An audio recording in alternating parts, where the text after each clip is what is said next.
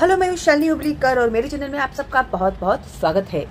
जैसे कि आप लोगों को तो पता ही है कि आप लोगों के बोर्ड एग्जाम्स चल रहे हैं और एग्जाम में आप लोगों को पेपर्स बहुत अच्छे जाए, इसके लिए मैं भी मेरी तरफ से पूरी कोशिश कर रही हूँ।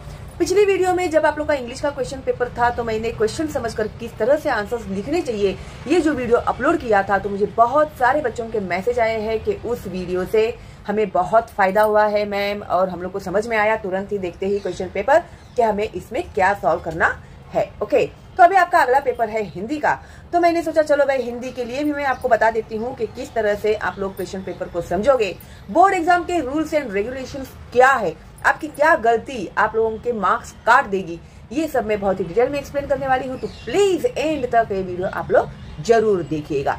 ओके, तो आज मैं आप लोग को सॉल्व करके देने वाली हूँ हिंदी लोक भारती जो आपकी 2023 का जो क्वेश्चन पेपर था, तो वो किस तरह से आया था और किस तरह से आंसर्स लिखने हैं वो भी मैं थोड़ा थोड़ा बताने वाली हूँ, बहुत ज्यादा डिटेल में नहीं।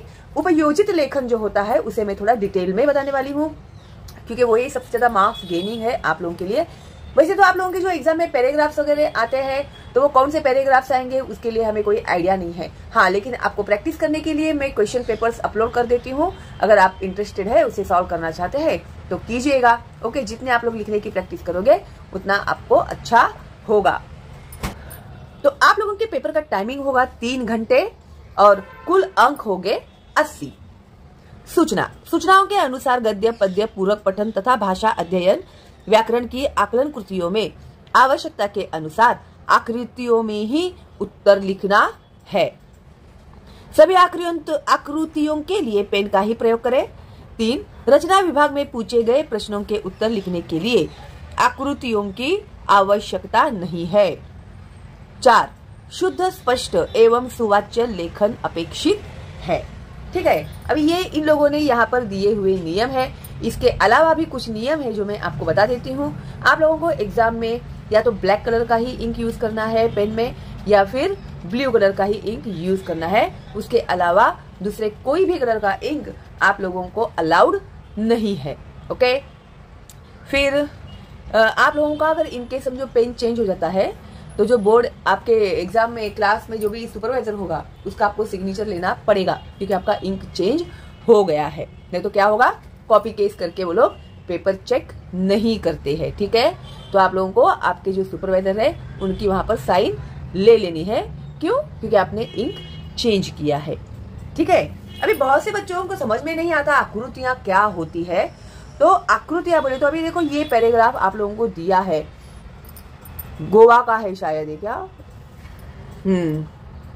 गोवा मैंने देखा, ऐसा कुछ लेसन है आप लोगों को, है ना, यही है, इसी में का है। तो ये पैराग्राफ के रीड करके प्रॉपरली आप लोगों को यहाँ पर जो क्वेश्चंस दिए गए हैं, अभी विशेषताएं लिखिए। अभी ये जो विशेषताएं लिखनी है ये हो गई, जो बॉक्स बनाई हुई है उसे कहते हैं आकृति।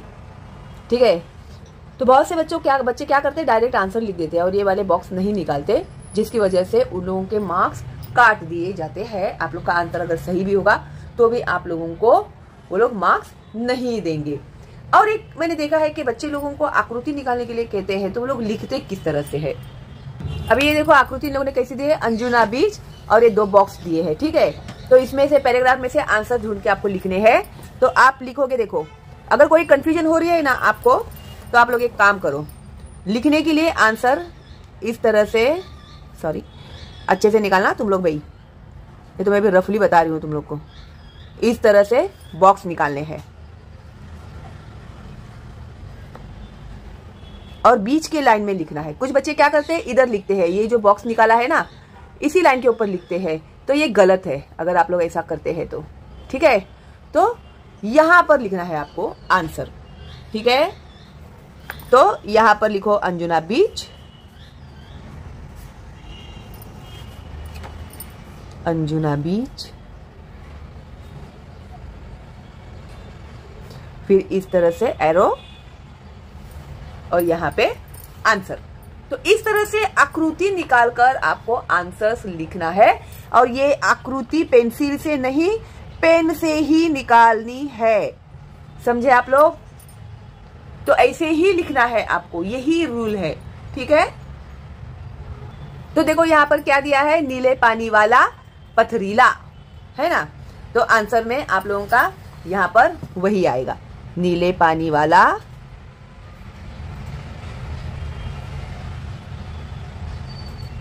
और पथरीला। और लिखते समय काना, मात्रा, वेलांटी, ग्रामेटिकल मिस्टेक्स न हो, उस पर ध्यान देना ही है आप लोगों को, ठीक है। तो इसी तरह से आप लोगों को जो भी पैराग्राफ आएगा तो उसके उत्तर आकृति में अगर लिखने के लिए कहा है तो ऐसे ही आपको लिखने हैं। 1-2 शब्द में उत्तर लिखिए। गोवा के छोटे बड़े बीच की संख्या, ये सब तो पैराग्राफ में दी हुई है, करीब 40 बीच है।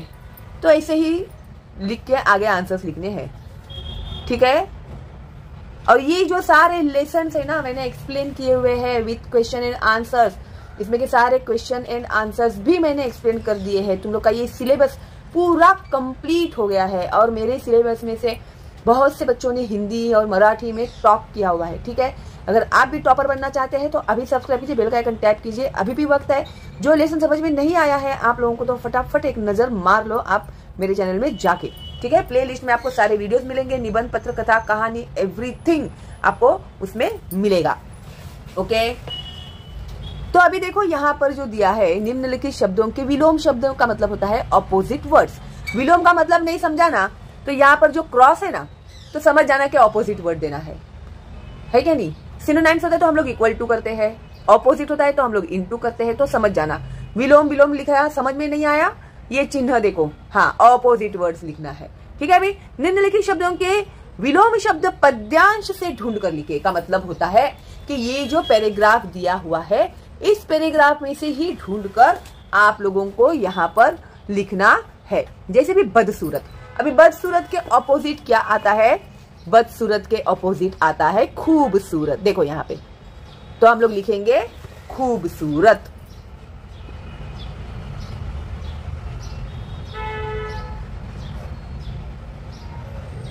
ओके, नापसंद, नापसंद का ऑपोजिट पैराग्राफ में से ही हम लोगों को ढूंढ कर लिखना है। तो नापसंद के ऑपोजिट होता है पसंद। तो अभी यहाँ पर कुछ पसंद हमें दिखाई दे रहा है क्या, ये देखो यहाँ पे है ना, पैराग्राफ में से ही तो पसंद। तो इस तरह से आप लोगों को ये लिखना है, अपने मन से लिखोगे तो मार्क्स नहीं मिलेंगे। दो निम्नलिखित शब्दों के लिए पर्यायवाची शब्द ली हो। तो कमजोर का पर्यायवाची शब्द क्या है, पर्यायवाची का मतलब भी समान अर्थी ही होता है, ठीक है, सिनोनिम्स ही होता है। तो कमजोर, कमजोर मीन्स दुर्बल,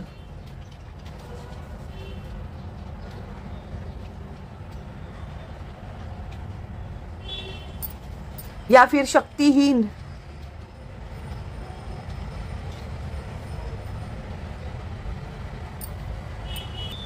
या फिर बलहीन,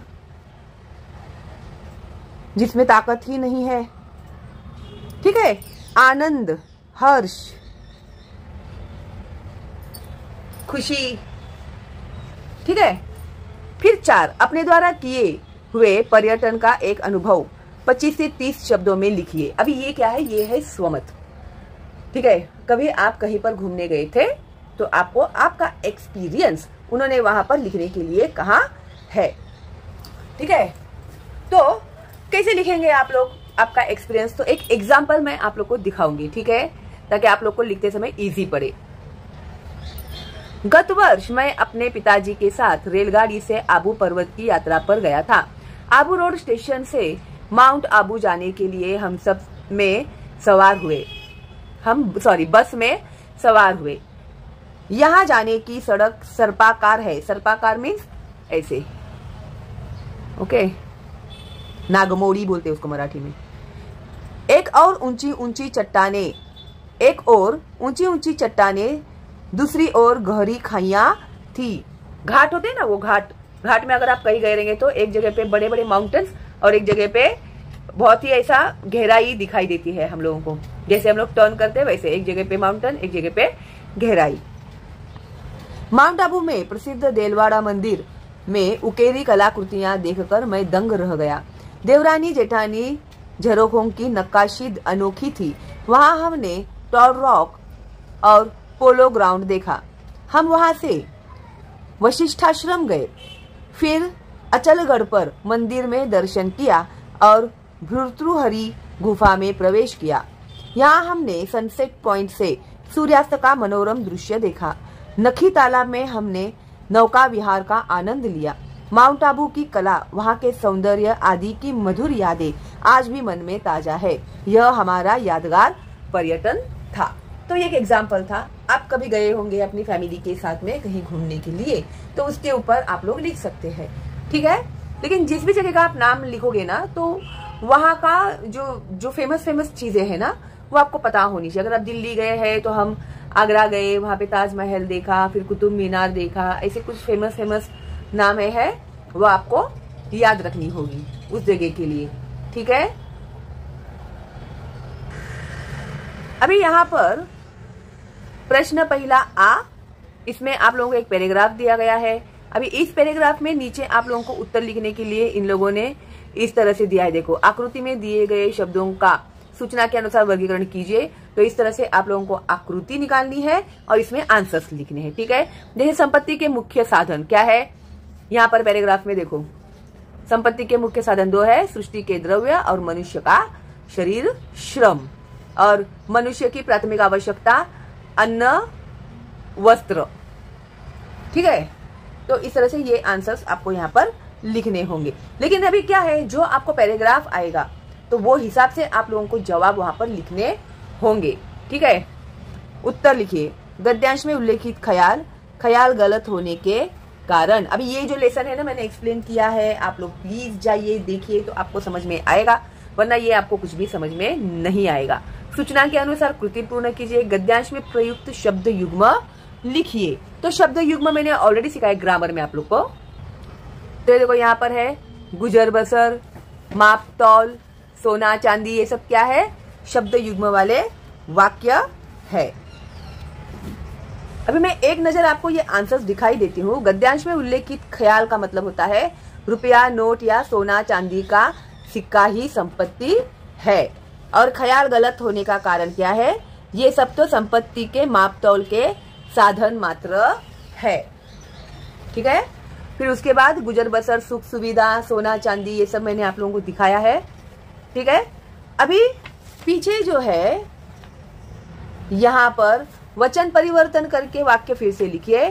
चीजें बनती दिखती है, तो वचन परिवर्तन करके उसे हम कैसे लिखेंगे, चीज बनती दिखती है, ठीक है। और ग्रामर जो मैंने सिखाया है वो आप लोग देख लो वरना। अभी देखो 4, शारीरिक श्रम का महत्व विषय पर 25 से 30 शब्दों में अपने विचार लिखिए। तो ये मैंने सारे क्वेश्चन एंड आंसर्स आप लोगों को दिए हुए हैं। तो अभी ये जो है स्वमत है, स्वमत मीन्स यूर ओपिनियन, ओके। अपने विचार लिखिए मतलब आपका ओपिनियन लिखिए। तो शारीरिक श्रम का महत्व यानी हम लोग जो मेहनत करते हैं उसका इम्पोर्टेंस क्या है। तो एक एग्जाम्पल मैं दे रही हूं आपको समझ में आने के लिए। वर्तमान समय में शारीरिक श्रम वाला काम कोई करना नहीं चाहता, इसलिए देश में लाखों नवयुवक बेरोजगार है। यानी कोई मेहनत नहीं करना चाहता, इसके लिए क्या है, बेरोजगार का मतलब होता है अनएम्प्लॉयड है, काम धंधा नहीं है। लोगों को शारीरिक श्रम का महत्व समझना जरूरी है, तो इम्पोर्टेंस उन्हें समझना जरूरी है। बुद्धि के बल पर बड़ी बड़ी योजनाएं बनाई जा सकती है, पर उनका कार्यान्वयन करने के लिए शारीरिक श्रम की ही आवश्यकता होती है। दिमाग में बहुत कुछ चल रहा है, लेकिन बैठ बैठ के तो कुछ होगा नहीं, है क्या नहीं। तो उसके लिए हमें क्या करना चाहिए, मेहनत ही करनी चाहिए, शारीरिक श्रम ही करना चाहिए। जो व्यक्ति इस रहस्य को समझते हैं वे शारीरिक श्रम को महत्व देते हैं। जो इसका इम्पोर्टेंस समझते हैं वो लोग हार्ड वर्क को, मेहनत को इम्पोर्टेंस देते हैं। महत्व का मतलब होता है इम्पोर्टेंस। अनेक पढ़े लिखे लोग अपना व्यवसाय अथवा छोटा मोटा काम शुरू करके अपना जीवन यापन कर रहे हैं और बौद्धिक श्रम के साथ शारीरिक श्रम उनका साथ दे रहा है। स्वरोजगार के द्वारा वे स्वयं भी काम कर रहे हैं और दूसरों को भी रोजगार दे रहे हैं। तो कुछ लोग जो है वो लोग क्या कर रहे हैं, व्यवसाय का मतलब होता है बिजनेस, या फिर अपना छोटा मोटा काम शुरू कर रहे हैं, अपना जीवन बसर कर रहे हैं और बौद्धिक श्रम यानी अपने दिमाग के साथ साथ बॉडी का भी श्रम वो लोग कर रहे हैं, शारीरिक श्रम भी वो लोग कर रहे हैं।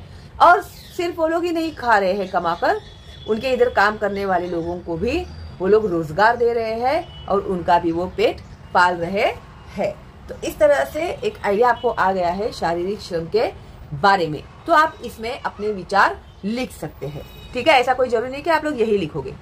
अभी प्रश्न पहला ई, निम्नलिखित अपठित गद्यांश पढ़कर दी गई सूचनाओं के अनुसार कृतियां कीजिए। तो यहाँ पर जो एक पैराग्राफ दिया हुआ है उससे हेल्प से आप लोगों को यहाँ पर आंसर्स लिखने हैं। सम्यक वाणी की विशेषताएं, तो क्या है सम्यक वाणी की विशेषताएं?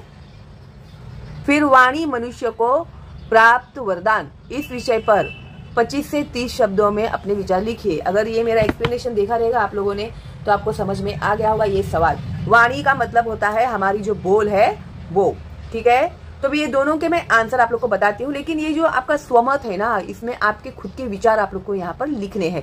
लेकिन एक एग्जाम्पल के तौर पर मैं आप लोगों को देती हूँ। तो देखो यहाँ पर सम्यक वाणी की विशेषताएं सत्य, मित, परिणामकारक, मधुर। आप लोगों को इस तरह से आकृति निकाल कर ही इसके आंसर्स लिखने हैं। और कैसे लिखने हैं मैंने ऑलरेडी आप लोगों को बता दिए हैं। तो हर एक के लिए आप लोगों को हाफ मार्क होगा, आंसर के लिए टोटल 2 मार्क्स होंगे। फिर अभी वाणी के बारे में अपने विचार कीजिएगा। ये हम लोगों को मिली हुई सबसे बड़ा वरदान है ना, मनुष्य को ही वाणी मिली हुई है। बात करता है कौन? इंसान। तोता भी बात करता है, कुछ कुछ तोते, लेकिन सारे तोते बात नहीं करते। लेकिन ये वरदान सिर्फ मनुष्य को ही मिला हुआ है। इतनी जीव सृष्टि में, इतनी जीवों में वाणी का वरदान मनुष्य को ही मिला है। वाणी की सुविधा केवल मनुष्य को उपलब्ध है। इसके माध्यम से मनुष्य एक दूसरे के साथ विचारों का आदान प्रदान कर सकता है। मीन्स हम लोग अपने जो थॉट्स है एक दूसरे को बोल सकते हैं, बता सकते हैं। मनुष्य मीठी जबान से लोगों का दिल जीत सकता है। अगर अच्छा बात करे तो लोगों का दिल जीत सकता है। दुश्मन को दोस्त बना सकता है। वह कटु और अशिष्ट वाणी से लोगों की निगाहों में गिर जाता है। अगर वो बैड वर्ड यूज करेगा, बैड बिहेव करेगा तो लोगों की नजरों में गिर जाएगा। वाणी से ही काम बनते हैं और इसी से काम बिगड़ते भी है। अभी जैसी वाणी वैसा सामने से रिएक्शन। आप लोग अच्छे से बात करो, सामने वाला अच्छे से बात करेगा। अगर आप लोग दादागिरी करोगे तो आपसे डबल दादागिरी करके बात करेगा, है ना। तो इस तरह से वाणी जो होती है ना, वो काम क्या करता है? बिगाड़ता भी है और काम को संवारता भी है, काम बनाता भी है और काम को बिगाड़ता भी है। वाणी मनुष्य को मिला एक अमूल्य वरदान है।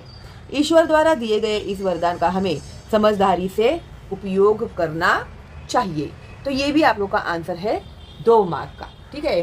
तो हो सके उतना short and sweet as per marks आप लोग को आंसर्स लिखने चाहिए। अगर 2 मार्क का है तो आप लोग को इतना आंसर लिखना चाहिए और पॉइंट सारे मेन बोले तो कवर होने चाहिए उसमें, ठीक है। उसके बाद है विभाग 2 पद्य 12 अंक, तो 12 मार्क का है कविता पद्य। प्रश्न दूसरा अ। अभी प्रश्न पहला लिखने के बाद में जब हम लोग प्रश्न दूसरा शुरू करते हैं तो वो हम लोगों को नए पेज पर ही लिखना है, चाहे वो वहां का पूरा फुल स्किप आपको छोड़ना क्यों ना पड़े। लेकिन आप लोगों को new question new page, this is rule for board exam, okay. Continue में नहीं लिखना है। प्रश्न दूसरा अ। निम्नलिखित पठित पद्यांश पढ़कर दी गई सूचनाओं के अनुसार कृतियां कीजिए। तो ये जो कविता दी हुई है जो मैंने ऑलरेडी एक्सप्लेन किया हुआ है तो आप देख लीजिएगा। फिर अभी आकृति पूर्ण कीजिए। तो रूल के हिसाब से ये आकृति आपको निकालनी है। कविता में प्रयुक्त ऋतुओं के नाम, कौन सी ऋतुओं के नाम बताए हैं? 2। कवि कृषक के लिए यह करना चाहता है। कृषक मतलब किसान, किसान के लिए यह करना चाहता है, ठीक है। तो ये आकृति निकाल कर ही आप लोगों को आंसर लिखना है, ठीक है। तो देखो आकृति ऐसे, फिर आंसर। ये ऐसे नहीं लिखना है भाई, इन लोगों का कुछ प्रिंटिंग में प्रॉब्लम हुआ है, ऐसे नहीं लिखना है आपको, ठीक है। कविता में प्रयुक्त ऋतुओं के नाम मधुमास, पतझड़, आधा मार्क है, टोटल 1 मार्क का है। कृषक के लिए यह करना चाहता है, कवि आह्वान करना चाहता है, गीत गाना चाहता है, इसके लिए भी पर आंसर हाफ मार्क है, दोनों मिलाकर 1 मार्क्स होंगे। अभी देखो 2, 1 उपर्युक्त पद्यांश में ता प्रत्यय युक्त 2 शब्द ढूंढकर लिखिए। अभी ता प्रत्यय किसमें लगा हुआ है वो 2 शब्द हम लोगों को इस कविता में से ढूंढकर लिखने हैं। तो ये देखो, दीनता, ता प्रत्यय लगा है यहाँ पे, फिर यहाँ पर है मनुजता। ठीक है, ये दो शब्द है। उसके बाद है पद्यांश में आए दो संस्कृत शब्द ढूंढकर लिखिए। अभी संस्कृत शब्द कौन से आए हैं पद्यांश में? तो एक है कृषक यानी किसान और सृजक। ठीक है, तो ये दो संस्कृत शब्द कविता में आए हुए हैं। उसके बाद ये जो है निम्नलिखित पठित पद्यांश, सॉरी ये कुछ है क्या, छूटा है क्या? हाँ ये देखो यहाँ पर, उपर्युक्त पद्यांश की प्रथम 4 पंक्तियों का सरल अर्थ 25 से 30 शब्दों में लिखिए। प्रथम 4 पंक्तियां का मतलब होता है ये जो फर्स्ट 4 लाइंस है उसकी मीनिंग आप लोगों को लिखने के लिए उन्होंने कहा है। चलो उसका आंसर भी मैं दे ही देती हूँ, भी है यहाँ पे तो क्यों ना दूं मैं, इनकेस आ गया क्वेश्चन तो लिखने तो आना चाहिए आपको। कृषक के अभावों की कई सीमा नहीं है, मीन्स बहुत सारे कमियां हैं किसान के पास, परंतु वह संतोष रूपी धन के सहारे अपना जीवन व्यतीत कर रहा है। जो भी उसको मिल रहा है उसमें वो सेटिस्फाइड होकर अपना लाइफ स्पेंड कर रहा है। पूरे संसार में कैसा भी वसंत आए, कृषक के जीवन में सदैव पतझड़ ही बना रहता है। वसंत कैसे भी आए लेकिन पतझड़ यानी हमेशा बैड फेस, ऐसे वीरान ऐसे रहता है वो, उसका लाइफ जो होता है वो। अर्थात ऋतुएं बदलती है, लोगों की परिस्थितियां बदलती है, परंतु कृषक के भाग्य में अभाव ही अभाव है। ऋतुएं बदलती है, लोगों की परिस्थितियां बदलती है, लेकिन जो फार्मर है उसके लाइफ में only loss, loss and loss ही है, लेस ही है, लॉस ही है, लेस ही है, अभाव है। ऐसी दयनीय स्थिति के बावजूद उसे किसी से कुछ मांगना अच्छा नहीं लगता। इतनी बैड कंडीशन होने के बावजूद भी उसे किसी से भी कुछ भी मांगना अच्छा नहीं लगता। वह हाथ फैलाना नहीं जानता। कृषक को अपनी दीनहीन दशा पर भी नाज है। मैं ऐसे व्यक्ति पर अभिमान करना चाहता हूँ, कृषक के गीत गाना चाहता हूँ। तो ये जो है आप लोगों को टोटल 2 मार्क का है। ठीक है, फिर प्रश्न दूसरा आ, निम्नलिखित पठित पद्यांश पढ़कर दी गई सूचनाओं के अनुसार कृतियां कीजिए। विदादुर धूनि चहु दिशा सुहाई, वेद पढ़ही जनु बटु समुदायी। तो ये जो है दोहा, ये मैंने आप लोगों को सिखाया हुआ है, आपने नहीं देखा है तो प्लीज देखिएगा। ठीक है, तो अभी कलयुग के परिणाम, कलयुग आने से, अभी परिणाम लिखिएगा है, कलयुग आने से क्या परिणाम हुए, सुराज होने से क्या परिणाम हुए, बरसात के आने से क्या परिणाम हुए, क्रोध के आने से क्या परिणाम हुए। तो कलयुग आने से धर्म पलायन कर जाता है, सुराज होने से दुष्टों का उद्यम चला जाता है। 3, बरसात के आने से धूल कहीं खोजने पर भी नहीं मिलती। क्रोध के आने से धर्म दूर हो जाता है, अर्थात मनुष्य अज्ञानी बन जाता है। ठीक है, तो पर इसके लिए हाफ मार्क्स, टोटल 2 मार्क्स का है यह। नेक्स्ट इन्होंने हमें पूछा हुआ है, ऐसे 2 शब्द जिनका वचन परिवर्तन से रूप नहीं बदलता। तो एक है धन और दूसरा है धर्म। धन और धर्म, इनका वचन परिवर्तन नहीं होता है। 2 ऐसे शब्द जिनका अर्थ निम्न है। तो उस दोहे में ऐसे कौन से शब्द है जिसका मतलब ये है? तो मेढक और वृक्ष हम लोगों को ढूंढने हैं। तो मेढक यानी होता है दादुर और वृक्ष यानी बिटप। नव पल्लव भये बिटप अनेका, पल्लव यानी पत्ते होते हैं। ठीक है, 3 उपर्युक्त पद्यांश की प्रथम 4 पंक्तियों का सरल अर्थ लिखिए। First 4 lines, okay. प्रथम होता है तो फर्स्ट होता है, द्वितीय होता है तो दूसरा होता है। ठीक है, तो प्रथम कहाँ है तो फर्स्ट वाला। तो कवि कहते हैं कि वर्षा काल में चारों दिशाओं में मेंढकों की ध्वनि ऐसी सुहावनी लगती है मानो विद्यार्थियों का समूह वेद पाठ कर रहा हो। अनेक वृक्षों में नई नई कोंपलें आ गई है जिससे वे ऐसे हरे भरे तथा सुशोभित हो गए हैं, जैसे साधना करने वाले किसी व्यक्ति का मन ज्ञान प्राप्त करने पर प्रफुल्लित हो जाता है। बरसात के दिनों में मदार और जवासा जैसे पौधे पत्तों से रहित हो गए हैं। उन्हें देखकर ऐसा लगता है मानो अच्छे शासक के राज्य में दुष्टों का धंधा जाता रहा हो, खत्म हो गया हो। धूल खोजने पर भी कहीं नहीं मिलती है। जैसे क्रोध धर्म को दूर कर देता है, उसी तरह वर्षा ने धूल को नष्ट कर दिया है। तो इसके लिए आप लोग को मिलने वाले हैं 2 मार्क्स। उसके बाद है विभाग 3 पूरक पठन, 8 मार्क्स है इसके लिए। नया क्वेश्चन, न्यू पेज। ओके, निम्नलिखित पठित गद्यांश पढ़कर दी गई सूचनाओं के अनुसार कृतियां कीजिए। तो यहाँ पर पैराग्राफ पढ़ना है आप लोगों को, फिर उसके बाद संजाल पूर्ण कीजिए में आप लोगों को कार्यभार के कारण हुई रूपा की भागदौड़, ये जो है पूरी आकृतियां निकालनी है, फिर आंसर्स लिखने हैं। फिर 2 में इन्होंने दिया है कर्तव्य निष्ठा और कार्यपूर्ति विषय पर 25 से 30 शब्दों में अपने विचार लिखिए।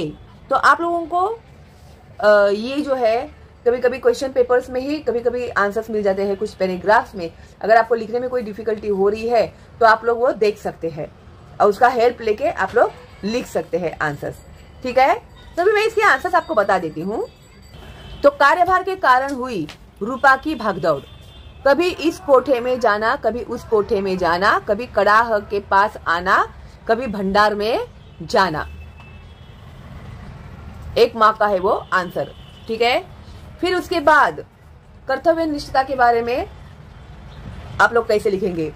कर्तव्य निष्ठा का अर्थ है किसी निर्धारित कार्य को पूरी ईमानदारी और तत्परता से करने के प्रति मन में दृढ़ विश्वास होना। अगर आपने कुछ ठान लिया है कि कुछ करना है तो आप लोगों को उसे पूरी ईमानदारी के साथ करना चाहिए। ठीक है, उसे बोलते हैं कर्तव्य निष्ठा, यानी अपनी जो रिस्पॉन्सिबिलिटी है उसे पूरी करने के लिए जी जान से कोशिश करना या फिर वो जी जान लगाकर पूरी करना। इस विश्वास को मन में ठानकर मनुष्य अपने कर्तव्य का जिम्मेदारी के साथ निर्वाह करता है। कर्तव्यनिष्ठ व्यक्ति को प्रतिष्ठा मिलती है तो कर्तव्यच्युत व्यक्ति अवहेलना का पात्र बनता है। जो कर्तव्यनिष्ठ होता है ना, उस व्यक्ति को बहुत ही नाम लौकिक मिलती है, फेम मिलता है, प्रतिष्ठा मिलती है, पोजीशन मिलता है। लेकिन जो इंसान कर्तव्यच्युत है, जो कोई काम नहीं करता है, अपनी रिस्पॉन्सिबिलिटी पूरी नहीं करता है, वह अवहेलना का पात्र है। तो सब उसको ऐसे ये करते कि अरे ये क्या करता है, उसको बोलते हैं अवहेलना करना। ठीक है, किसी कार्य को शुरू करके उसे सुचारू रूप से पूरा कर दिखाना कार्यपूर्ति कहलाता है।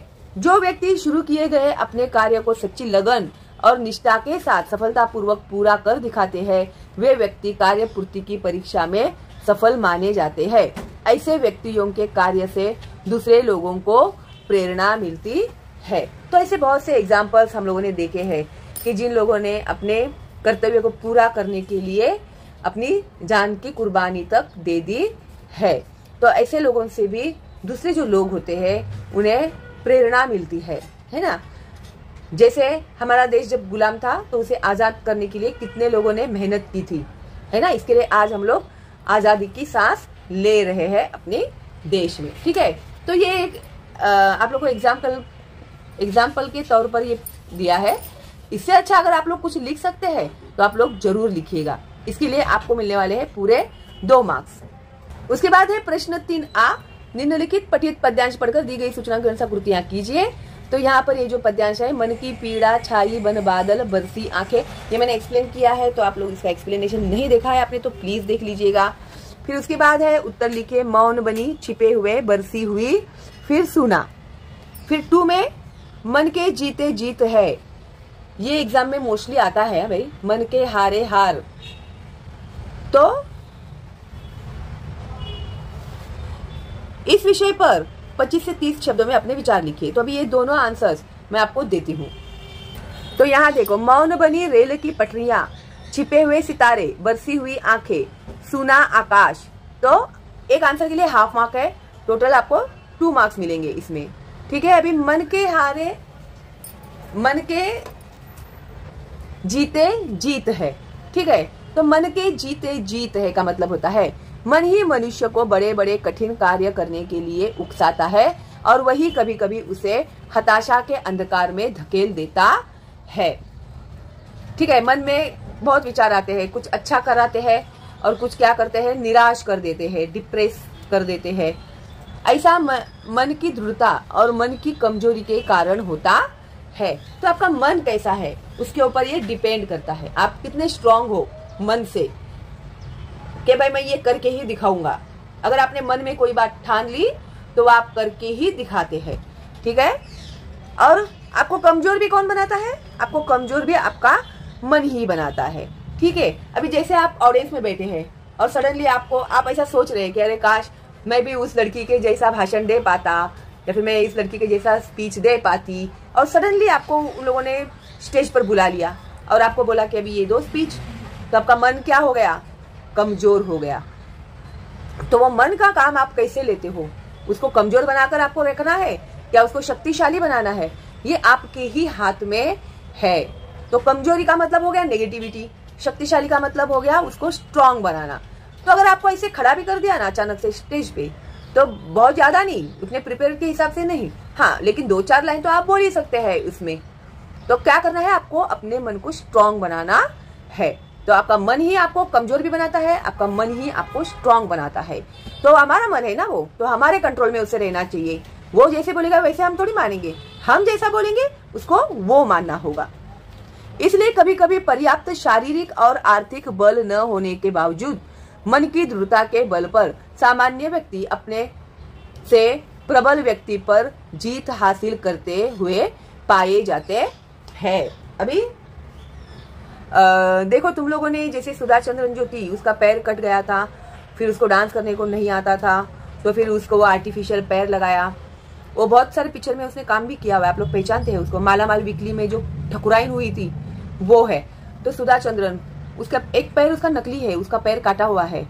तो वो डांस करती थी, उसने कितने सारे नॉर्मल लड़कियों के साथ में कॉम्पिटिशंस में पार्ट लेके कितने सारे ट्रॉफीज उसने मिलाए। डॉक्टर ने बोल दिया था अभी जिंदगी में तू कभी डांस नहीं कर सकती है करके, लेकिन उसने हार नहीं मानी। उसने बोला कि नहीं, चाहे कुछ भी हो जाए मैं डांस करूंगी, मतलब मैं करूंगी ही।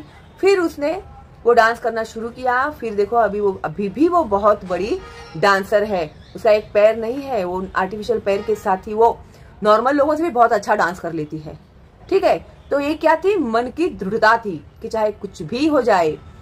एक ऐसे कितने तो एग्जाम्पल्स है जो माउंट एवरेस्ट वगैरह चढ़ के गए, किसके बल पर चढ़ के गए वो लोग, अपने आत्मविश्वास के बल पर वो चढ़ कर गए।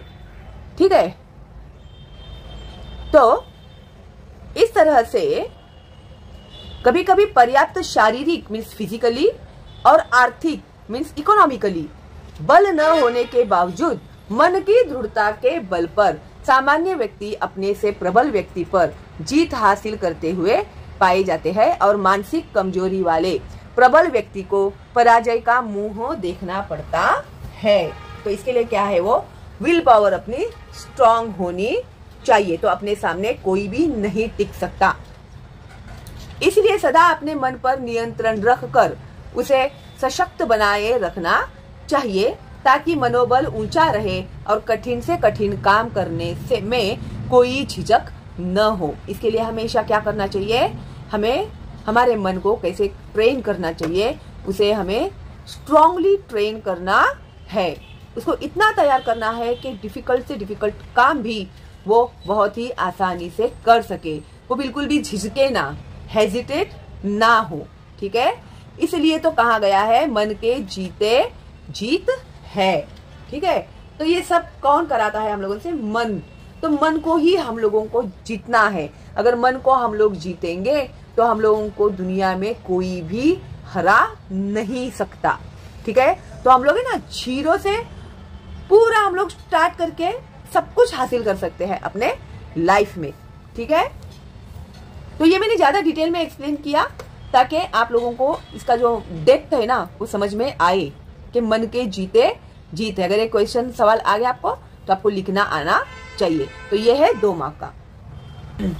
उसके बाद है विभाग 4 भाषा अध्ययन व्याकरण 14 अंक। प्रश्न चौथा, new question new page. Okay, किसी भी हाल में आपको नया सवाल नए पेज में ही लिखना है। सूचनाओं के अनुसार कृतियां कीजिए। 1 निम्नलिखित वाक्य के अधोरेखांकित शब्द का शब्दभेद पहचान कर लिखिए। गोवा देख मैं तरंगायित हो उठा। तो गोवा जो है अंडरलाइन किया हुआ वो है व्यक्तिवाचक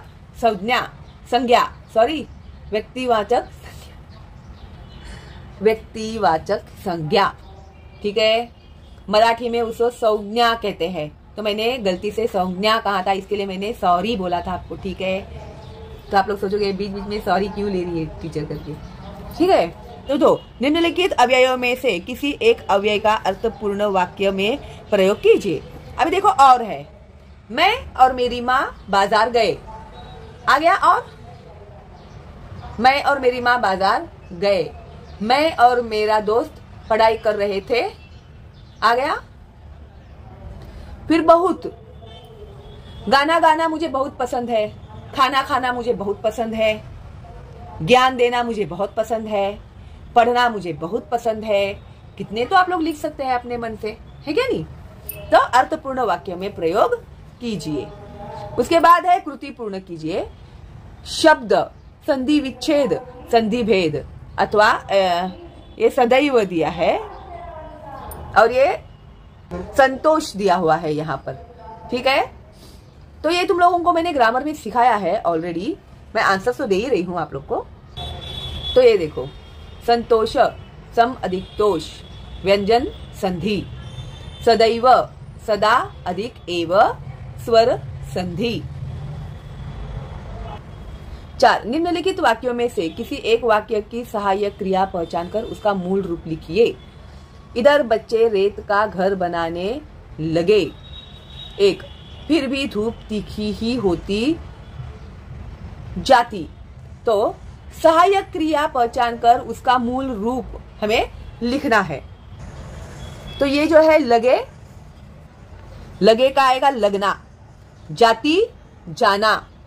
ठीक है, लगे का लगना, जाती जाना। तो लगना, लगे का मूल क्रिया है लगना, जाती की मूल क्रिया है जाना। ठीक है, निम्नलिखित क्रियाओं में से किसी एक क्रिया का प्रथम तथा द्वितीय प्रेरणार्थक रूप लिखिए। क्रिया खाना, प्रथम प्रेरणार्थक रूप, द्वितीय प्रेरणार्थक रूप। खाना, खिलाना, खिलवाना, धुलना, धुलाना, धुलवाना। 6 निम्नलिखित मुहावरों में से किसी एक मुहावरे का अर्थ लिखकर उचित वाक्य में प्रयोग कीजिए। देखो, मुहावरों का वाक्य में प्रयोग करो ऐसे नहीं दिया है, मुहावरे का अर्थ भी लिखना है और उसका वाक्य में प्रयोग भी करना है। जैसे 1 शेखी बघारना, 2 निजात पाना। तो ये मैं पहले आपको आंसर्स दिखा देती हूं।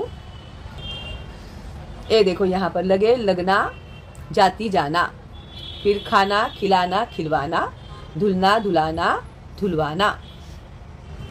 उसके बाद देखो, शेखी बघारना, वाक्य का अर्थ बताकर वाक्य में प्रयोग करो। शेखी बघारना अर्थ स्वयं अपनी प्रशंसा करना या फिर अपनी बढ़ाई मारना, अपने मुंह मियाँ मिट्ठू होना भी कहते हैं उसके लिए, अपने ही मुंह से अपनी तारीफ करना। वाक्य, मेरे चाचा जी को शेखी बघारने की बुरी आदत है। मेरा दोस्त बहुत शेखी बघारता है। मेरी सहेली बहुत शेखी बघारती है। कुछ भी लिखो, इजी है। फिर उसके बाद है निजात पाना, यानी छुटकारा पाना, मुक्त होना। वाक्य, कर्जदार ने जैसे तैसे कर्ज की अंतिम किस्त अदा करके साहूकार से निजात पाली। ठीक है, अभी ये दिया है इन लोगों ने वाक्य, निजात पाना यानी छुटकारा पाना। कैदी की सजा खत्म होके उसने जेल से निजात पाई, लिख सकते हैं। परीक्षा खत्म हुई, हमने टेंशन को क्या बोलते हैं, टेंशन से निजात पाई, है ना। तो इस तरह से अपने मन से लिखो। ठीक है,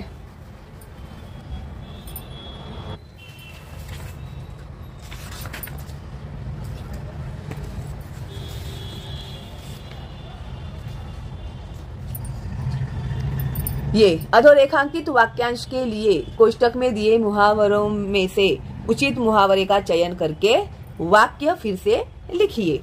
अभी गीता के गाने की सभी श्रोताओं ने प्रशंसा की का मतलब होता है दाद दी, लोगों ने दाद दी। 7 निम्नलिखित वाक्य पढ़कर प्रयुक्त कारकों में से कोई एक कारक पहचान कर उसके भेद लिखिए। कितने दिनों की छुट्टियां है, आवाज ने मेरा ध्यान बटाया। अब ये दोनों के आंसर्स मैं आपको देती हूँ। तो देखो, अथवा या फिर दाद देना का तुम लोग कैसे करोगे, गीता के गाने की सभी श्रोताओं ने दाद दी, तो ऐसे तुम लोग को लिखना है। ठीक है। उसके बाद है कारक चिन्ह की, कारक भेद है संबंध कारक, कारक चिन्ह है ने, कारक भेद है कर्ता कारक। ठीक है। नेक्स्ट इन्होंने दिया हुआ है 8 निम्नलिखित वाक्य में यथास्थान उचित विराम चिन्हों का प्रयोग करके वाक्य फिर से लिखिए। उन्होंने पूछा यह कौन सा महीना चल रहा है। तो आप लोगों को अपोस्ट्रोफी क्वामास में ये वाक्य लिखने होते हैं। उन्होंने पूछा के बाद क्वामा अपोस्ट्रोफी चिन्ह प्रश्न चिन्ह आएगा, फिर अपोस्ट्रोफी चिन्ह अपोस्ट्रोफी क्या डबल इनवाइटेड क्वामा कंप्लीट करके फिर आप लोग को क्वेश्चन मार्क देना है। ये मैं दिखाती हूँ आपको। 9 निम्नलिखित वाक्यों में से किन्हीं 2 वाक्यों का सूचना के अनुसार काल परिवर्तन कीजिए। बहुत से लोग अपनी आजीविका शरीर श्रम से चलाते हैं। तो बहुत से लोग अपनी आजीविका शरीर श्रम से चलाते थे। सही है क्या ये आंसर? नहीं ना? हाँ, तो क्या बोला है उन लोगों ने हमें? अपूर्ण भूतकाल बोला हुआ है। तो इसके लिए बहुत से लोग अपनी आजीविका शरीर श्रम से चला रहे थे। ओके, अपूर्ण भूतकाल। उसके बाद वे बाजार से नई पुस्तक खरीदते हैं। तो उसको करना है हमें सामान्य भविष्यकाल।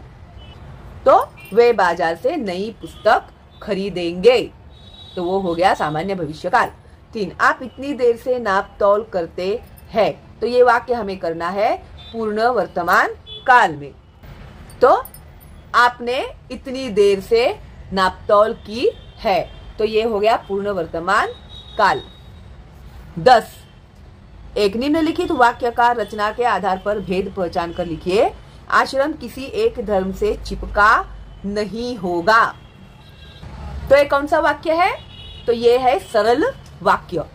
ठीक है, तो इसका आंसर आएगा सरल वाक्य। 2 निम्नलिखित वाक्यों में से किसी एक वाक्य का अर्थ के आधार पर दी गई सूचना अनुसार परिवर्तन कीजिए। तुम्हें अपना ख्याल रखना चाहिए। आज्ञार्थक वाक्य बनाना है। तो आज्ञार्थक यानी क्या? कमांड देना। तो हम कैसे लिखेंगे इसको? तुम अपना ख्याल रखो। तो ये हो गया आज्ञार्थक वाक्य। थोड़ी देर बातें हुई, निषेधार्थक वाक्य। थोड़ी देर भी बातें नहीं हुई। ठीक है, नेगेटिव वर्ड्स लिखना है, नेगेटिव सेंटेंस हमें लिखना है। तो ये सारे आंसर्स दिखाने वाली हूं मैं। अभी मैं रीड करके बता रही हूँ, क्योंकि आगे जो उपयोजित लेखन है ना, वो बहुत टाइम गेनिंग होगा अपने लिए। 2 निम्नलिखित वाक्यों में से किन्हीं 2 वाक्यों को शुद्ध करके वाक्य फिर से लिखिए। बरसों बाद पंडित जी को मित्र का दर्शन हुआ। लड़का पिताजी और माँ बाजार को गई। मैं मेरे देश को प्रेम करता हूँ। ये पूरी कैसी बम्बईया भाषा हो गई है। चलो, तो अभी ये सारे आंसर्स मैं भी आपको दे रही हूँ भाई। तो देखो, तुम अपना ख्याल रखो आज्ञार्थक वाक्य, निषेधार्थक वाक्य था, थोड़ी देर भी बातें नहीं हुई। फिर ये जो वाक्य शुद्ध करके लिखो, बरसों बाद पंडित जी को मित्र के दर्शन हुए। लड़का पिताजी और माँ बाजार गए। 3 मैं अपने देश से प्रेम करता हूँ। तो इस तरह से विभाग 4 कंप्लीट हो गया है। अभी सबसे इंपॉर्टेंट जो है अपना विभाग 5 रचना विभाग, उपयोजित लेखन, सूचना आवश्यकता अनुसार परिच्छेदों में लेखन अपेक्षित है। प्रश्न 5 न्यू क्वेश्चन न्यू पेज, सूचनाओं के अनुसार लेखन कीजिए। उसमें का अ है पत्र लेखन, जो बहुत ही इंपॉर्टेंट है आप लोग के लिए। निम्नलिखित जानकारी के आधार पर पत्र लेखन कीजिएगा। सुनील समीक्षा जोशी, अभी इन लोगों ने हमें यहाँ पर नेम एड्रेस सब मेंशन किया हुआ है, तो आप लोगों को यही लिखना होगा। अगर उन लोगों ने नहीं दिया है तो अपने मन से आप लोग लिख सकते हैं। ठीक है, तो सुनील लड़का है तो लिखेगा सुनील नेम, लड़की है तो लिखेगी समीक्षा जोशी, विवेकानंद छात्रावास, जालना से अपने छोटे भाई सुमित जोशी, 636 जोशी मार्ग, इंदौर, मध्य प्रदेश को योग का महत्व समझाते हुए पत्र लिखता या लिखती है, अथवा या तो ये लेटर लिखो, या फिर मोहन लड़का रहेगा तो मोहन नाम लिखेगा, लड़की रहेगी तो लिखेगी महिमा पालेकर, यशवंतराव चौहान नगर, अकोट से व्यवस्थापक, संजीवनी औषधालय, लक्ष्मी रोड नागपुर को पत्र लिखकर आयुर्वेदिक औषधियों की मांग करता या करती है। तो भी इन लोगों ने आप लोगों को यहाँ पर 2 लेटर्स दिए हुए हैं, ठीक है। तो जो एक लेटर है, एक लेटर में इन्होंने क्या कहा है कि आप लोग क्या कर रहे हो, अपने छोटे भाई सुमित जोशी को लेटर लिख के योग का महत्व बताने वाले हो। तो भी आप अपने भाई को लेटर लिख रहे हो, तो ये कौन सा लेटर हो गया, अनौपचारिक पत्र हो गया, है ना। और फिर ये जो है ये हो गया, आपने क्या है, औषधों की मांग कर रहे हैं, यहाँ पर लेटर लिखकर संजीवनी औषधालय में, तो ये हो गया फॉर्मल लेटर, मीन्स औपचारिक पत्र लेखन, ठीक है। तो अभी ये दोनों पत्र आप लोग कैसे लिखोगे वो मैं आप लोग को बताती हूँ। और एक है कि एग्जाम में जब आप लोग पत्र लेखन करते हैं ना, अनौपचारिक पत्र लेखन हो या औपचारिक पत्र लेखन हो, तो आप लोगों को क्या करना है, एक ही पेज में वो लेटर कंप्लीट करना है। 1.5 पन्नों के आप लोग लेटर नहीं लिखोगे, ठीक है। वो एग्जामिनर ऐसा बैठा नहीं है फुर्सत में तुम लोग के लेटर्स पढ़ने के लिए, ओके। तो ना एक ही पेज में कभी भी आंसर, वो लेटर राइटिंग आपका कंप्लीट होना चाहिए, ठीक है। याद रखना ये बात, और पॉइंट बाय पॉइंट ही लिखना है, बहुत लंबा चौड़ा नहीं लिखते बैठना है आप लोगों को, चाहे वो लेटर फॉर्मल हो या इनफॉर्मल हो। फॉर्मल यानी औपचारिक, इनफॉर्मल यानी अनौपचारिक, ठीक है। तो अभी हम लोग देखते हैं लेटर राइटिंग्स। सबसे पहले जो आप अपने भाई को लेटर लिख रहे हो, तो उसके लिए डेट लिखना है, प्रिय सुमित खुश रहो, ठीक है। सुमित जोशी नाम दिया है ना, लेकिन आपका भाई है तो आप सुमित जोशी क्यों लिखोगे, है क्या नहीं। तो खुश रहो लिखना। चिन्ह क्या क्या दिए हैं यहाँ पर वो तुम लोग ध्यान दो भाई, और लिख के निकालोगे तो अति उत्तम। मैं यहाँ सकुशल हूँ, आशा है तुम भी स्वस्थ और प्रसन्न होंगे। सुमित, मेरे कॉलेज में आजकल योग साधना शिविर आयोजित किया गया है। छात्रावास के प्रांगण में यानी ग्राउंड में सुबह 7 बजे से एक योग गुरु हमें योग के विविध आसन सिखा रहे हैं। मैं बहुत अच्छा लग रहा है। अब क्रिसमस की छुट्टियों में घर आऊंगा तो कुछ योगासन तुम्हें भी सिखा दूंगा। ये आसन बड़े काम के हैं। सुमित, योगासन से शरीर स्वस्थ रहता है, किसी तरह का मानसिक तनाव नहीं रहता, बदन में चुस्ती फुर्ती रहती है और ध्यान केंद्रित करने में बहुत मदद मिलती है। इससे पढ़ने में मन लगता है और बिना तनाव के प्रश्नों के उत्तर याद हो जाते हैं। योगासन करना बहुत आसान है, केवल 15-20 मिनट में सब क्रियाएं पूरी हो जाती है। योगासन सीख लेने से तुम्हें बहुत लाभ होगा। शेष मिलने पर माताजी और पिताजी को प्रणाम। तो इम्पोर्टेंस ऑफ योगा आपने बता दिया, फिर बाकी सब मैं मिलने के बाद बताऊंगा। फिर माताजी और पिताजी को प्रणाम। तुम्हारा बड़ा भाई सुनील जोशी, कहाँ पर क्वामा दिए हैं वो सब देखना भाई तुम लोग। विवेकानंद छात्रावास जालना, और ईमेल आईडी। अभी जो सेकंड है फॉर्मल लेटर, तो वो अभी आप लोग कैसे लिखोगे औषध मंगाने के लिए। उन लोगों ने वहां पर जो एड्रेस हम लोगों को मेंशन किया है, हम लोगों को वही एड्रेस यहाँ पर लिखना है। जैसे देखो अभी डेट है 5 जुलाई 2023, सेवा में व्यवस्थापक, संजीवनी औषधालय, लक्ष्मी रोड, नागपुर। यहाँ पर देखो डेट नहीं दिया है, बाकी पूरा डिटेल इन लोगों ने हम लोग को यहाँ पर दिया हुआ है, और आप इस नाम से उन्हें लेटर लिख रहे हैं, ठीक है।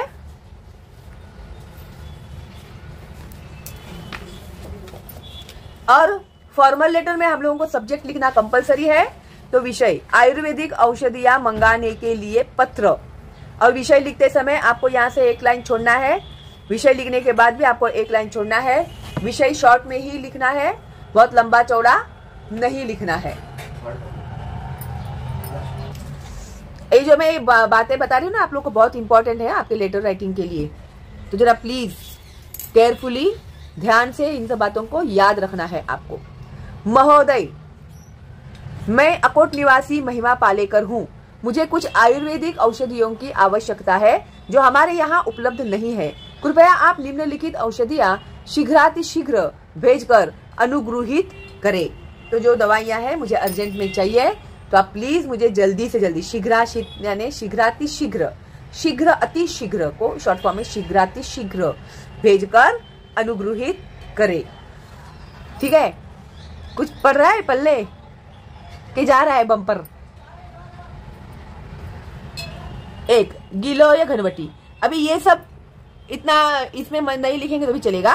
मैं अकोट निवासी महिमा पालेकर हूँ, मुझे कुछ आयुर्वेदिक औषधियों की आवश्यकता है, तो कृपया आप मुझे भेजने की कृपा करें। तो ऐसे भी लिखोगे तुम लोग तो चलेगा। ठीक है, इतना आसान अगर नहीं जा रहा है पल्ले तो ऐसे सिंपल लैंग्वेज में लिखना। ओके, फिर ये लिस्ट लिख दो। कुछ आयुर्वेदिक औषधियों के नाम आपको पता है तो अपने मन से लिखो। एक गिलो या घनवटी 10 शीशी यानी 10 बॉटल्स 50 ग्राम की। 2 सुदर्शन घनवटी 3 शीशी 50 ग्राम की, है ना, वो ग्राम पे आते हैं ना दवाइयाँ, तो कितने ग्राम की चाहिए? 100 ग्राम चाहिए, 50 ग्राम चाहिए, 200 ग्राम चाहिए, ठीक है, 500 ग्राम चाहिए, 250 ग्राम चाहिए। तो इस तरह से वो क्वांटिटी जो होती है ना वो भी मेंशन करना जरूरी है। उसके बाद है 5:2 शीशी 2 बॉटल्स, शीशी यानी बॉटल्स 500 मिलीलीटर लिक्विड होती है वो, इसके लिए 500 मिलीलीटर। 4 शीतोपलादी चूर्ण 5 शीशी 50 ग्राम की। फिर इस पत्र के साथ पेशगी के रूप में 500 रुपए का पोस्टल ऑर्डर भेज रही हूँ। शेष रकम औषधियां मिलने पर आपको मनी ऑर्डर से भेज दी जाएगी। धन्यवाद। फिर भवदिया महिमा पालेकर, यशवंतराव चौहान नगर, अकोट। उसके बाद है ईमेल आईडी mahima@abc.com। ठीक है, फिर यहाँ पर मार्किंग सिस्टम क्या है आप लोगों को?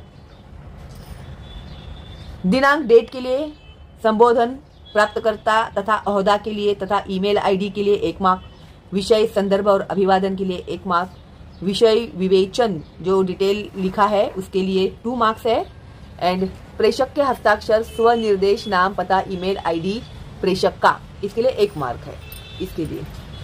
ठीक है, तो इस तरह से ये पत्र लेखन आपको करना है। तो अभी नेक्स्ट जो है वो है गद्य आकलन। निम्नलिखित गद्यांश पढ़कर ऐसे 4 प्रश्न तैयार कीजिए जिनके उत्तर गद्यांश में एक वाक्य में हो। तो answer the following in 1 sentence हम लोग कैसे करते हैं? तो अभी हम लोगों को क्या करना है, ये पैराग्राफ रीड करके हम लोगों को क्वेश्चंस बनाने हैं। तो इस टाइप के भी क्वेश्चंस इन लोगों ने पिछले साल हिंदी के पेपर में तुम लोगों को पूछे हुए हैं, तो जरा ये भी तुम लोग समझ लेना। ठीक है, तो अभी कैसे, बसंत के आगमन के साथ ही कभी कभी ऐसा लगता है मानो जंगल में लाल रंग की लपटें उठ रही हो। तो अभी क्वेश्चन कैसे बनाएंगे हम लोग? किसके आगमन के साथ कभी कभी ऐसा लगता है कि लपटें उठती हो? Question mark. आंसर क्या आया? बसंत के आगमन के साथ। ओके, इजी क्वेश्चन बनाना। फिर ये लपटें आगे नहीं बल्कि पलाश के नारंगीपन के लिए फूलों की होती है। पलाश के लाल लाल फूल आग की लपटों के समान दिखाई देते हैं। तो पलाश के लाल लाल फूल कैसे दिखाई देते हैं, या फिर किस समान दिखाई देते हैं? ठीक है, या फिर आग की लपटों के समान क्या दिखाई देते हैं? आग की लपटों के समान पलाश के लाल लाल फूल दिखाई देते हैं। Got it? क्वेश्चन समझ में आया आप लोग को? दोनों एंगल से आप लोग क्वेश्चन बना सकते हैं, इसलिए उसे फ्लेम ऑफ द फायर कहा जाता है। फ्लेम ऑफ द फायर किस फूल को कहा गया है? फ्लेम ऑफ द फायर किस फूल को कहा गया है? पलाश के फूल को। पलाश भारतीय मूल का एक प्राचीन वृक्ष है। भारतीय मूल के प्राचीन वृक्ष का नाम क्या है? इजी है ना? इजी क्वेश्चन तैयार करना आंसर लेके। इसे आदि देव ब्रह्मा और चंद्रदेव से संबंधित अलौकिक वृक्ष माना गया है। पलाश के वृक्ष का संबंध किससे जोड़ा गया है? तो ये आंसर। ठीक है, तो इस तरह से क्वेश्चंस आपको तैयार करने हैं। भाई यही कारण था कि ये स्पीकर वगैरह भी चालू हो जाएंगे तो मैं वीडियो नहीं बना पाऊंगी, इसके लिए मैंने लाइव स्ट्रीम कैंसिल किया और मैं ये वीडियो बनाने बैठी थी। ठीक है, उसके बाद हम लोग आ लेंगे वृत्तांत लेखन। यूनियन हाई स्कूल मुंबई में मनाए गए वृक्षारोपण समारोह का 60 से 80 शब्दों में वृत्तांत लेखन कीजिए। वृत्तांत में स्थल, काल, घटना का उल्लेख होना अनिवार्य है। तो वृत्तांत में जगह का नाम, टाइम, वो सब मेंशन होना जरूरी है। ठीक है,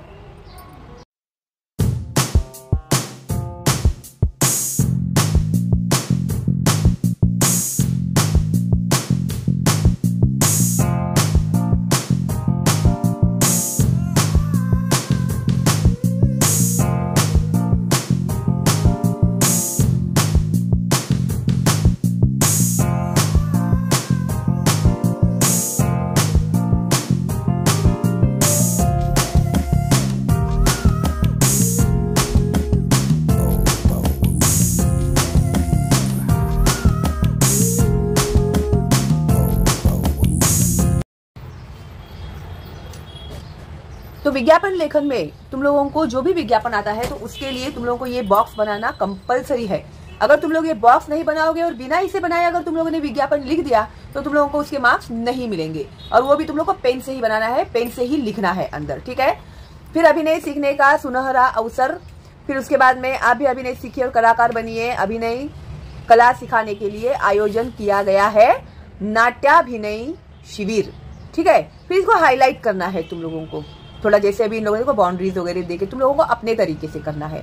फिर अनुभवी प्रशिक्षक, स्पेशलिटी क्या है, न्यूनतम शुल्क मीन्स डिस्काउंट है या फिर कम से कम तुम लोगों की फीस है, ऐसे।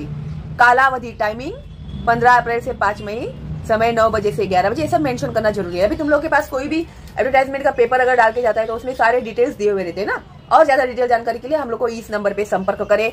तो स्थान कला मंदिर धर्मशाला पेट पुणे, संपर्क अभिनय कुमार 15 अभिनय पेट पुणे, मोबाइल नंबर जो भी है वो, ठीक है। तो इस तरह से इस स्क्वायर के अंदर आपको वो लिखना है, इसके लाइन के ऊपर भी आपको नहीं लिखना है, ठीक है। तो इसके लिए मार्किंग सिस्टम जो है, अंक विभाजन, विषयानुरूप अभिव्यक्ति आदि 2 मार्क, रोचक सहज तथा प्रभावी भाषा आदि 2 मार्क, विषयानुरूप समापन आदि 1 मार्क, तो कुल मिला के 5 अंक है। उसके बाद है ई निबंध लेखन। निम्नलिखित विषयों में से किसी एक विषय पर 80 से 100 शब्दों में निबंध लिखिए। तो एक निबंध है एक किसान की आत्मकथा मीन्स ऑटोबायोग्राफी ऑफ फार्मर, मेरा प्रिय खेल माय फेवरेट गेम, पुस्तक प्रदर्शनी में 1 घंटा, तो बुक एग्जीबिशन में 1 आवर, ठीक है। तो ये तीनों निबंध अभी मैं तुम लोग को पढ़ के बताने वाली हूँ। अभी लकीली स्पीकर थोड़ा बहुत ही स्लो हो गया है तो तुम लोग को आवाज नहीं आ रहा है, इसके लिए फिर से मैं लाइव आ गई हूँ आप लोगों से बात करने के लिए। एक किसान की आत्मकथा, ये पिछले साल के है पेपर जो हम लोग अभी सॉल्व कर रहे हैं, लास्ट ईयर 2023 का है ये पेपर, ठीक है। तो मैं एक किसान हूँ, खेती मेरा व्यवसाय है, लोग मुझे धरती का लाल और अन्नदाता भी कहते हैं। अभी किसान फार्मिंग करता है तभी हम लोग को खाना मिलता है ना। क्या तुम लोग सब धान अनाज सब फल भाजी घर में ही उगाते हो? नहीं ना। तो कौन उगाता है? वो किसान उगाता है, तभी हम लोग मार्केट में जाके खरीदते हैं। मैं गांव में अपनी पत्नी और 2 बच्चों के साथ रहता हूँ। मेरे खेत मेरे जीवन का सहारा है। मैं इन खेतों की जोताई बोवाई करता हूँ। पौधे छोटे से बड़े हो जाते हैं तो उनकी सिंचाई निराई करता हूँ। फसल पक जाने पर कटाई दवाई करके अनाज घर में ले आता हूँ। मेरा काम बहुत कठिन है। सावन भादों की भरी बरसात में मैं अपने खेतों में काम करता हूँ। पूरा माघ की ठिठुरती सर्दी में फसल की सिंचाई करता हूँ। जेठ वैशाख की तपती लू में फसल की मंडाई करता हूँ। इतना करने के बाद कभी कभी बाढ़, सूखे और असमय बरसात से फसल बर्बाद हो जाती है। घर की पूंजी भी मिट्टी में मिल जाती है। भूखमरी की नौबत आ जाती है। तो कभी फ्लड आया, सूखा हो गया, तो ऐसे होता है तो भी वो किसान को फेस करना पड़ता है। फिर अनाज जो है उसका खराब हो जाता है। मेरे त्योहार मेरे जीवन में खुशियाँ लेकर आते हैं। हम अतिथि मीन्स गेस्ट, साधु संतों और भिक्षा मांगने वालों की यथाशक्ति सेवा करते हैं। अभी मैं ज्यादा एक्सप्लेन नहीं कर रही हूँ क्योंकि फिर स्पीकर चालू हो जाएगा तो फिर रह जाएगा अपना। हमारा रहन सहन बहुत सादा है। खेती से जो मिल जाता है उसी से पेट पालन, बच्चों की पढ़ाई, शादी ब्याह जैसे काम निपटाने पड़ते हैं। इन दिनों हम किसानों की दशा में थोड़ा सुधार हुआ है। सरकारी योजनाओं का लाभ जरूर मिल रहा है, पर अभी हमारी हालत में और सुधार होना चाहिए। मैं भी अपने बच्चों को पढ़ाकर बड़ा आदमी बनाना चाहता हूँ। मेरी यह इच्छा कब पूरी होगी सोचता हूँ, उम्मीद पर ही दुनिया कायम है। और किसान की आत्मकथा के निबंध भी मैंने अपलोड भी किए हुए हैं, तो आप लोग प्लीज उसे भी देखिएगा। मेरा प्रिय खेल, यो तो मैं क्रिकेट, हॉकी, फुटबॉल आदि कई खेल खेलता हूँ, परंतु कबड्डी मुझे विशेष रूप से प्रिय है। कबड्डी हमारे देश का बहुत पुराना और लोकप्रिय खेल है। यह देश के भिन्न भिन्न भागों में अलग अलग नामों से जाना जाता है। इसे किसी भी आयु वर्ग के स्त्री पुरुष खेल सकते हैं। इस खेल से खिलाड़ी के शरीर में चुस्ती व फुर्ती आती है। मेरा फुर्तीला शरीर कबड्डी की ही देन है।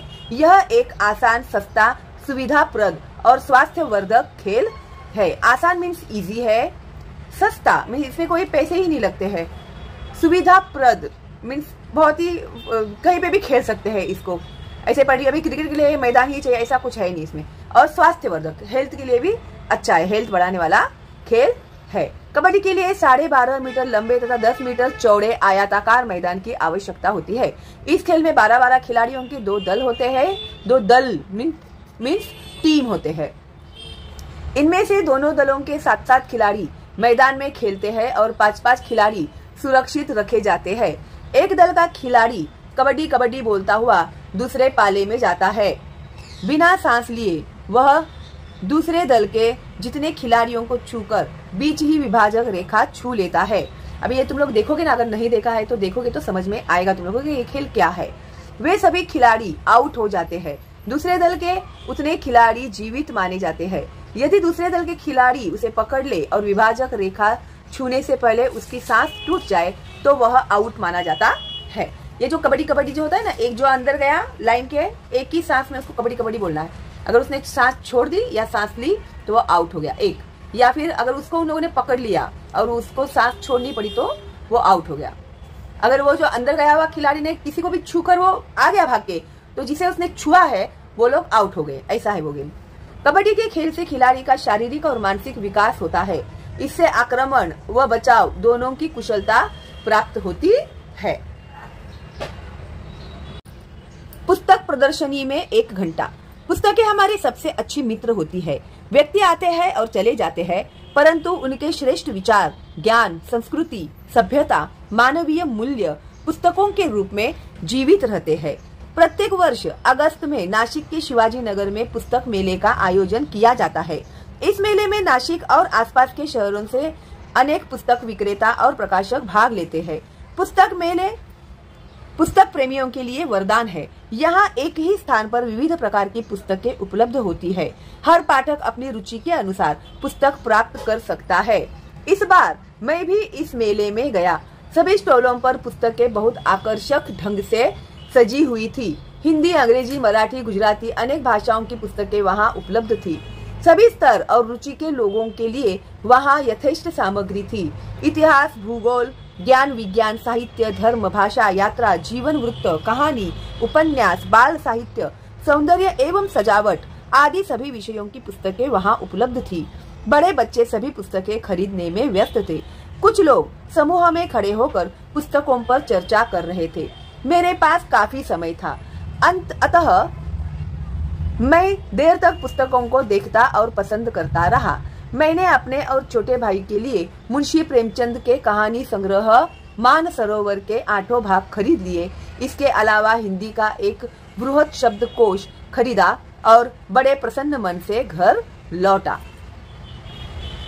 इसका मार्किंग सिस्टम देखा। यहाँ पे आरंभ, आकर्षक, प्रारंभ तथा प्रस्तावना आदि 1 अंक, विषय के अनुसार विस्तार आदि 2 अंक, मुहावरेदार तथा रोचक भाषा शैली आदि 2 अंक, निष्कर्ष, समापन आदि के लिए 2 अंक। तो कुल मिलाकर 7 मार्क का होगा आपका ये निबंध। ओके, तो इस तरह से हम लोगों ने 2023 का ये जो क्वेश्चन पेपर है पूरा किया हुआ है। एंड आई होप जो मैंने आप लोगों को सिखाया आप लोगों को अच्छे से समझ में आया होगा। ठीक है, मैं कोशिश करती हूँ आप लोग को प्रैक्टिस के लिए थोड़े क्वेश्चन पेपर्स डालूं ताकि आपको अंदाजा आए कि किस तरह के क्वेश्चंस आते हैं। ठीक है, लेकिन आप लोग ये वीडियो जो है फ्री है एब्सोल्युटली, तो प्लीज फॉरवर्ड करना अपने दोस्तों को, रिलेटिव्स को, ताकि उन बच्चों का भी फायदा हो। ओके, तो आप लोग को आपके एग्जाम के लिए all the best and bye bye.